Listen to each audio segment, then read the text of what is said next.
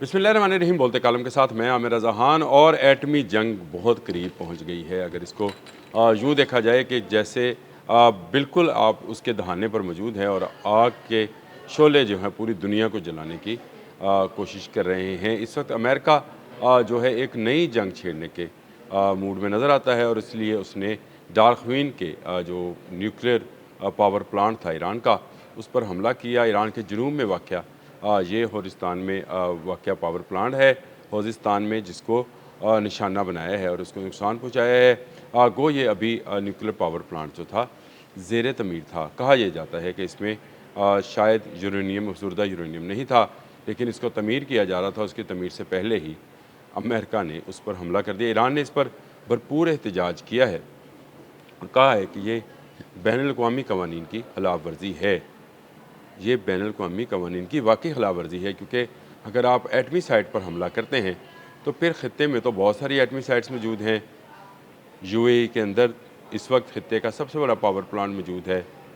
दमूना Israel की site मौजूद है, जहाँ पर वाकई में न्यूक्लियर पर काम किया जा रहा है। तो क्या ईरान उसको भी हमला कर सकता है? एक ताज़ा तरीन जो है सूरत हाल में ईरान कुछ भी कर सकता है, क्योंकि ईरान के शहरियों को ख़तरा है। गो IAEA जो है इंटरनेशनल जो एजेंसी है एटॉमिक की, उसने इस बात से इनकार किया है कि उन्होंने इंस्पेक्शन की थी तो इसमें अभी यूरेनियम मौजूद नहीं था। लेकिन कब की थी?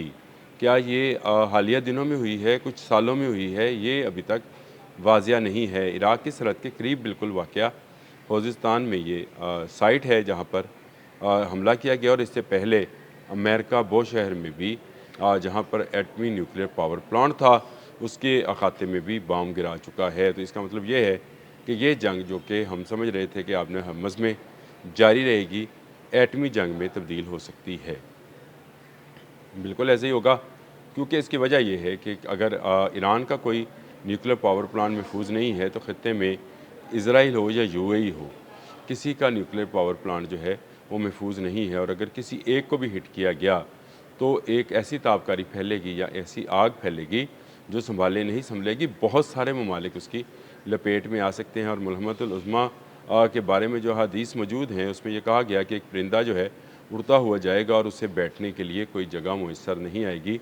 सब तरफ इतनी लाशें होंगी, यानी इतनी ताबकारी होगी या इतना समझें कि एटमी फजला होगा कि वो उसको बैठने की जगह नहीं मिलेगी। ये मेरा वो गुमान है इस हदीस मुबारक के मुतल्लिक़, क्योंकि इतनी आबादी तो शायद बहुत लंबा अरसा गुजरे तो हो जाए कि जहाँ जहाँ जगह जगह जो है इतनी लाशें पड़ी हों कि परिंदा बैठ ना सके। लेकिन मेरा ख़्याल है तमसीलन ये बात जो है, अगर इसको समझा जाए तो ये किसी एटमी जंग की शक्ल जो है या एटमी जंग का खाका जो है वो पेश करती है। और अमेरिका ने ईरानी न्यूक्लियर साइट पर हमला करके ये इजाज़त ईरान को दी है कि वो ख़ित्ते के बाकी न्यूक्लियर साइट्स पर हमलावर हो सकता है। अमेरिका जब से इस ख़त्ते में आया है, आपने हमज़ के अंदर ना वो कब्ज़ा कर सका, ना जहाज़ों को गुजरने के लिए सेफ़ पैसेज मिल सका। अमेरिका के बार बार कहने के बावजूद जिस मुल्क ने भी जुर्रत की कि अपना वो जहाज़ गुजारे, उसको तबाह कर दी गया। आज मैं आपसे बात कर रहा हूँ सुबह के वक्त, तो कल 2 वेसल्स जो हैं उनको बॉम्ब लगने से उनको तबाह किया गया है, जो कि आपने हमज़ से गुजरने की कोशिश कर रहे थे।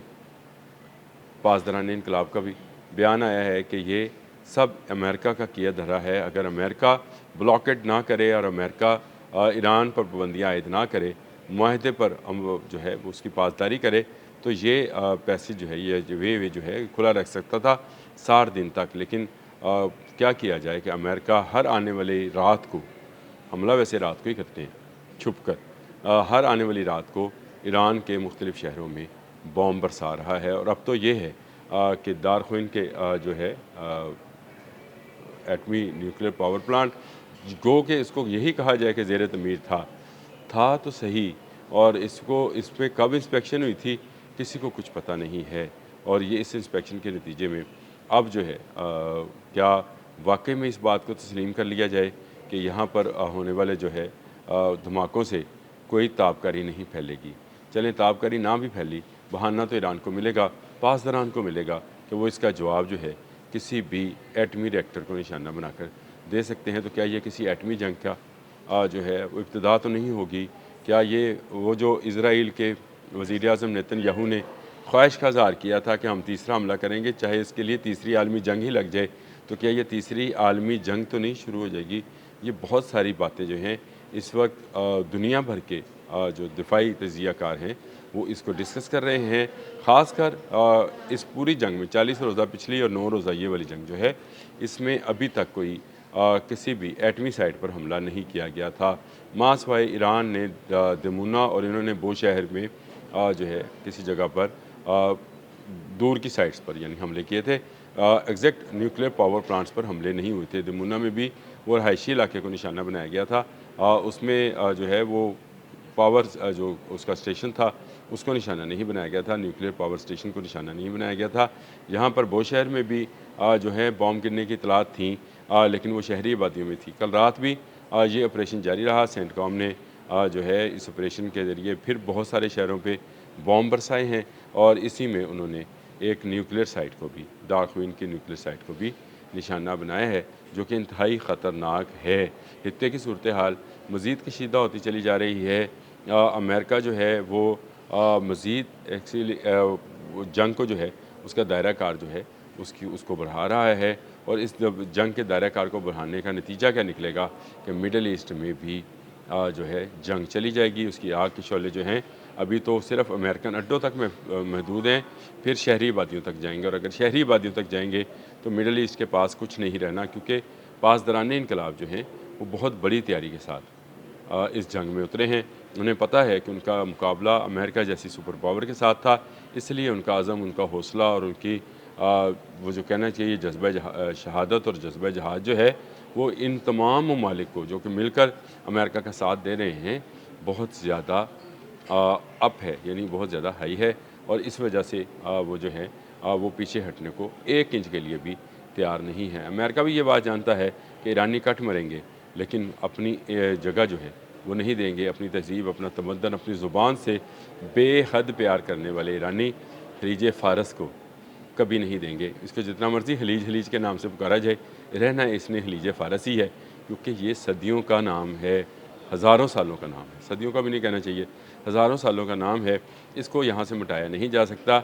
ये खलीज फ़ारस थी, खलीज फ़ारस है, खलीज फ़ारस रहेगी।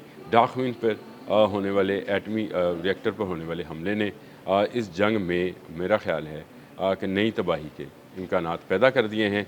और ये नई तबाही के इम्कानात जो हैं आगे चलकर बहुत बड़ी तबाही में तब्दील हो सकते हैं। और इतनी बड़ी तबाही जो है उसकी दुनिया मुतकम्मल नहीं हो सकती है। और वो जो इज़राइल का कसाब है नेतन्याहू, उसकी जो ख्वाहिश है कि तीसरी आलमी जंग लग जाए, मेरा ख़्याल है ये उसकी तरफ एक कदम है। ईरान को तो हमल का मुज़ाहरा करना चाहिए। डार्कविन पर होने वाले हमले के जवाब में किसी एटमी रिएक्टर पर हमला नहीं करना चाहिए। जंग में अभी बहुत सारे मराहल आने हैं, जिसमें सब्र से भी काम लेना है, हिकमत से भी काम लेना है। अपने ही जो है लोग जो हैं अगर गद्दारी पर उतरे हैं तो उनको समझाया जा सकता है, उनको जो है उभारा जा सकता है, उनको मारा नहीं जा सकता। ये मैं सिर्फ इसलिए कह रहा हूँ कि ईरान इस एटमी जो पावर प्लांट पर था हमले का जवाब अगर किसी और पावर प्लांट पर हमले में की सूरत में देगा तो ये फिर एक एटमी जंग होगी। अब तक के लिए इतना ही। अल्लाह हाफ़िज़।